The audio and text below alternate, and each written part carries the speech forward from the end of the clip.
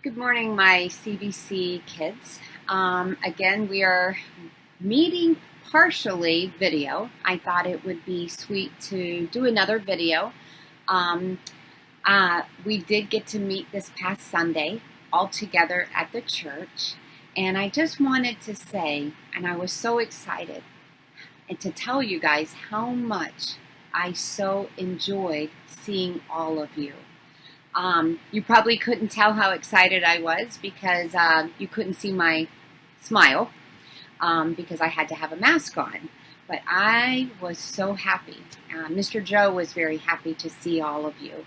And wow, what a great service we had. I had the opportunity to go to the 9 o'clock service so I could see all the kids from the 9 o'clock service. And then I got to go to the 10:45 to see all the kids from the 10:45. It was so great to finally, as a church body, be able to come together. Although it looked very different, not only for the adults, for the kids too. I mean, how often do you ever come to church and we all have masks on? And we couldn't hug. That was a big one for Miss Barb. As you guys know, I love to hug. I was told by Pastor Phil to be very careful. Please don't hug. No elbows, no fist pumps. We had to be very careful. So it looked so different. You guys had to sit with your families. You couldn't come to children's ministry. But I want to say this. How sweet that no matter what, all these weird things that we had to go through, how sweet it was to see you, to gather, to sing praises, to see you guys sitting with your parents. And oh my goodness, you guys, I mean, you were amazing. I was like, I can't believe all these weeks have gone by. We haven't gathered. And now here you are with your parents and you're singing praises. Pastor Phil was speaking and you guys were listening and not causing disruption. And your parents were able to listen. It was so awesome to see your behavior. Not only did I notice and Mr. Joe notice, but we have somebody else who noticed. And so I wanted to take a few minutes and just stop and let this person, somebody, a very dear friend to me, my pastor, your pastor, he has a couple words he wants to say to you. So I just want to take a moment this evening and really just speak to our CBC little listeners. This past Sunday, many of you were able to come in with your mom and dad and stay in the church service through both the teaching and through our time of communion. And I just want to say to you all, well done. You guys were awesome this past Sunday with your parents, and it was truly for your pastor's heart a joy to have you all with us in these different times. Now I know you're excited to get back to Miss Barb's class and to more of a regular schedule, but in the meantime, I just wanted to take this time tonight and say again to each of you young people, the children that have been coming into the service and those things, that it has been just a joy to Pastor Philip's heart to have you all in there, and thank you so much for behaving so well for Mommy and Daddy during that time, that you can honor the Lord and honor your mother and father, and you all have done such a wonderful job this past Sunday. So I just wanted to take a moment tonight and say thank you to all of our little listeners at Community Baptist Church. Thank you, Pastor Phil. That was so great. So not too often, you guys, do we meet in the church with our parents on a Sunday morning. Now, Sunday nights, a lot of you kids do come, and you are in the service. Wednesday nights, we have Kids for Truth, and those are great programs. But you know what? As we transition into this next learning phase, it's just for the safety of our church. And so thank you again for your well behavior. Okay, so today I wanted to talk to you. You're probably thinking, okay, Miss Barb's stepping into the next phase in Joshua. But no, I am really hoping that I get to teach the Battle of Jericho to you guys in person. We can act it out. We can open God's words. We can take and march around. So I am waiting for that lesson. So I thought it was appropriate to just take a few minutes and encourage you, okay? I'm so proud of you guys. I miss you guys terribly. If you remember back in December when we were practicing our Christmas program, and we were singing a lot, and we were talking about the words of the songs and what they mean, and how can we apply them, how can we think about them. And we were starting to learn worship, right? We don't worship foolishly. We don't come in and we act all crazy, singing and running around, because are we focusing on the words? No. Are we singing the words honoring to the Lord? Are we singing praises? No. So we are truly learning to sing and worship and sing praises properly, right? Why? Why do we sing those praises, right? So you guys have heard me say that, right? Now, if you're right, Mr. Joe and I went to a conference. Parents, I don't know if you know this. We've told the kids, but Mr. Joe and I had the opportunity to attend a conference in Atlanta in January. It was amazing, and it was all on worship. And I learned so much, and Mr. Joe did. And it became one of my biggest desires to come back and start teaching my kids what worship is. Why do we worship? And so it's more than just a song. Most people think when you worship, you're just singing praises to the Lord, but it's way more than just a song. So I thought this was cool. In Webster's dictionary, a lot of you at home use dictionaries. So in dictionary, if we were to look up the meaning of worship, let's really just see what worship means, okay? So worship is to honor with extravagant love and extreme submission, okay? Extravagant love and extreme submission, to honor. The last time I did a video, it was Mother's Day, and we talked about honoring our mothers. What does that mean? It's a verb, right? It's to do. So here we are, to honor, verb, do, extravagant love and extreme submission. Extravagant, great, right? The biggest, right? An extreme submission. Obey and listen to that person more than anyone else. Okay? So I thought that was a really good Webster's definition, okay? But worship. Worship is honoring Him with great love and obedience, okay? So you have to obey too, right? You guys are probably hearing that word a lot. It's putting God at the top of our list, our main focus over everyone, anyone, because, why? Because He is worthy. True worship is a matter of our hearts, and living a life of holiness. You know, I talk a lot about our heart. Everything really starts in the heart, okay? True worship is a matter of our hearts and living a life of holiness, a life that honors God in all we do. Not when we just come to church on Sundays, not on Sunday nights when you're coming, but honors Him in God in all that we do. So, why do we worship? Okay, we talked about what is worship. Now, why do we worship? That's a good one. And I hope you guys have your Bibles. If you don't, take this minute and pause me, because you can. You're not going to be able to do that much more.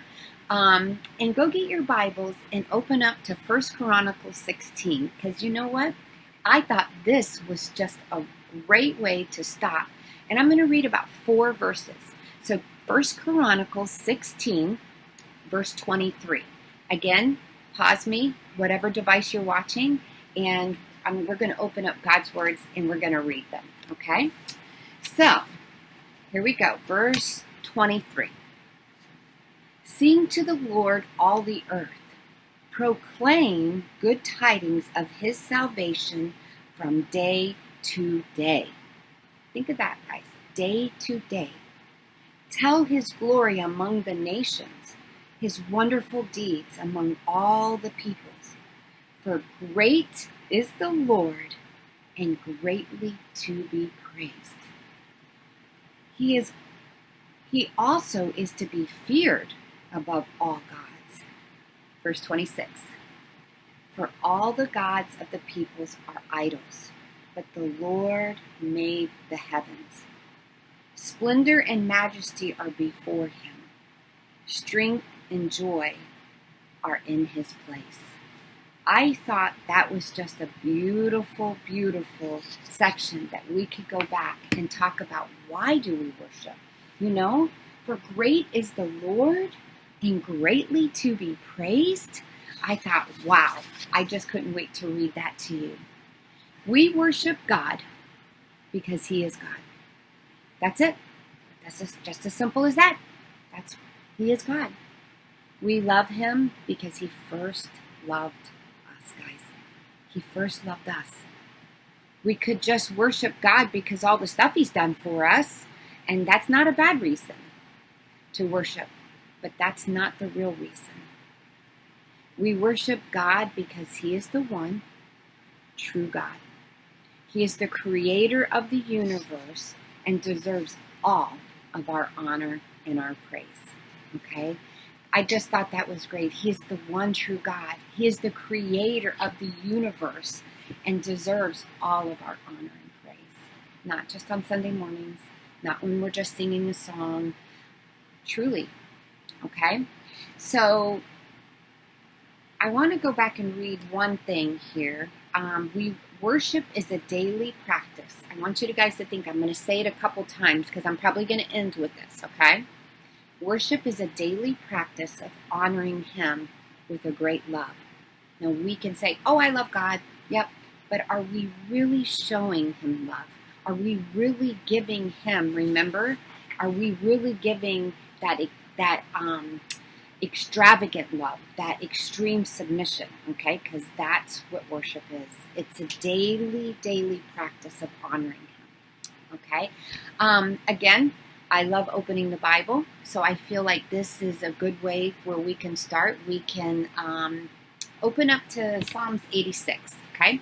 And I'll give you some time, go over a few books, not too many, there's just a few books over, and we're going to go to Psalms 86.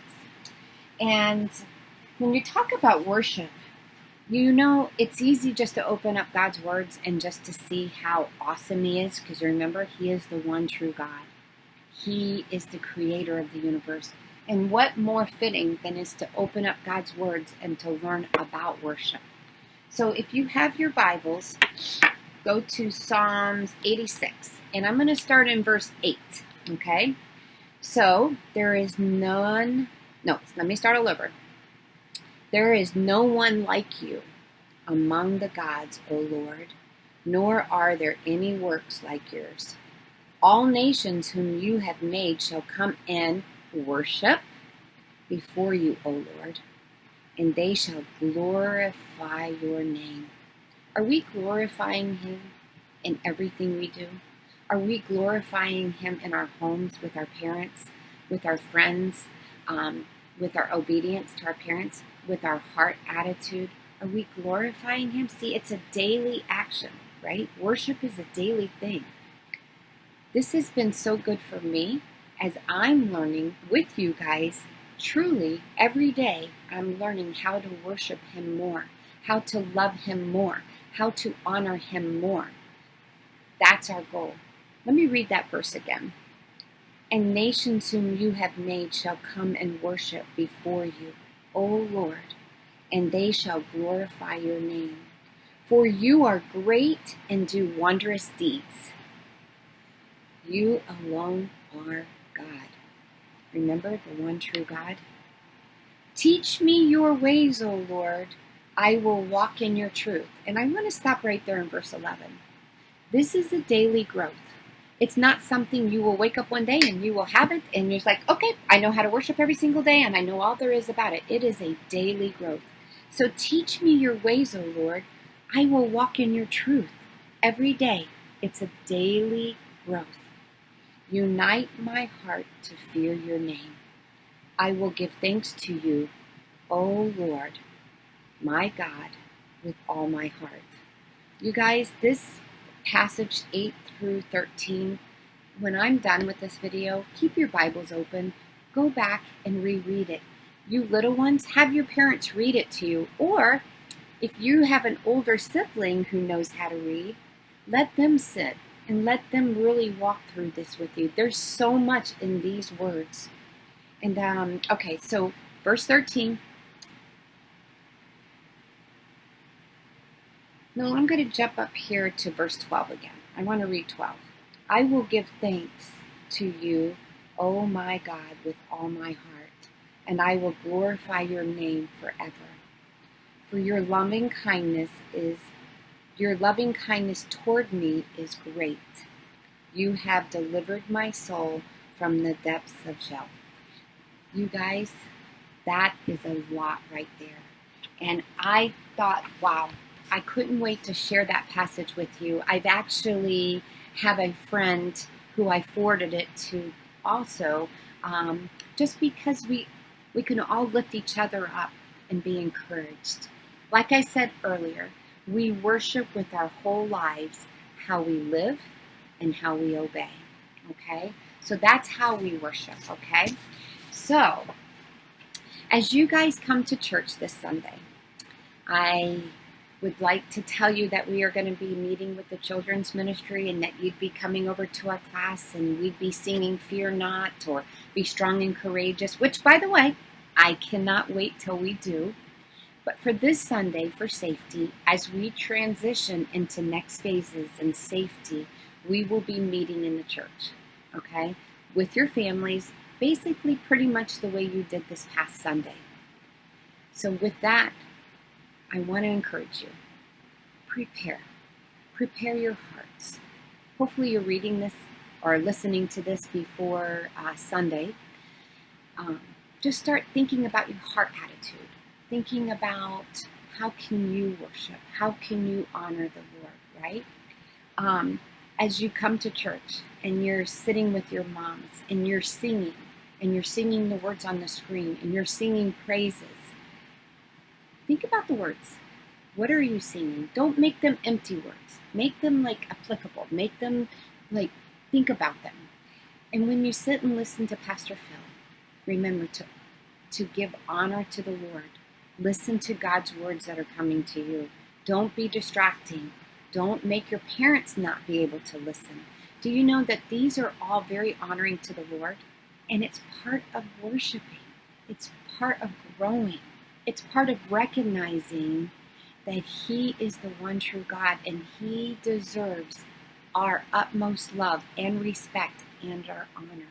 That's what worship is, guys. I am excited to tell you that at the back of the church is a table that I will be standing at for both services. And I thought it would be great as I take notes. My daughter takes notes in church. We all, write down verses and different things. So I developed a table. It's a resource table for you guys. And I'm excited to I have a section for 3, 4, and 5-year-olds, and I have a section for the 6 through 11-year-olds.